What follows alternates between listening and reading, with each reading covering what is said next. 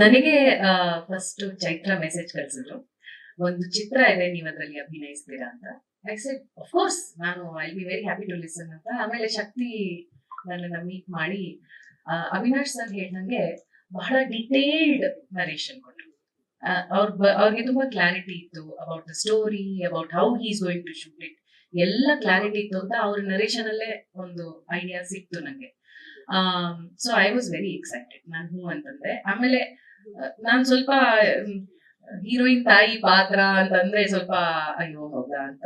But ಕಥೆ ಕೇಳಿದ್ಮೇಲೆ ನಾನು I was very happy. ನಾನು ಖಂಡಿತ ಮಾಡ್ತೀನಿ ಅಂತ I agree to it.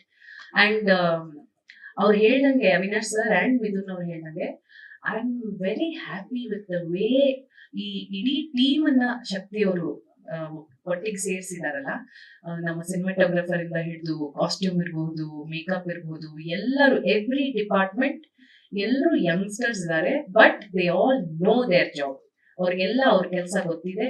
And ನಾನು ಶೂಟ್ ಮಾಡಿದ ದಿನ it was a very smooth shooting ಅಂತ ಹೇಳ್ಬೋದು. ಅಂದ್ರೆ ಶಕ್ತಿ ಅವ್ರು ಹೇಳ್ದಂಗೆ he knows what he wants, but ತುಂಬಾ ಮೃದುವಾಗಿ ಮಾತಾಡ್ತಾರೆ. ಇವಾಗ ಅವ್ರು ಮಾತಾಡಿದಾಗ ನಿಮ್ಗೆ ಗೊತ್ತಾಗುತ್ತೆ, ತುಂಬಾ ಮೃದು ಧ್ವನಿ ಅವ್ರದ್ದು.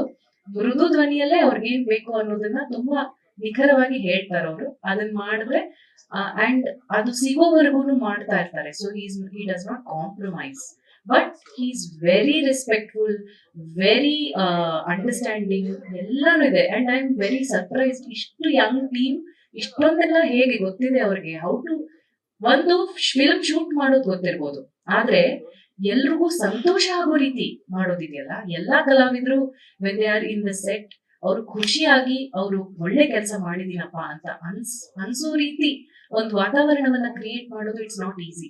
ಅದನ್ನ ತುಂಬಾ ಚೆನ್ನಾಗಿ ನಾನು ಅಷ್ಟು ಒಂದ್ ಸಣ್ಣ ಇದ್ರಲ್ಲೇ ಗೊತ್ತಾಯ್ತು ನನ್ಗೆ. And I am really looking forward to making this film.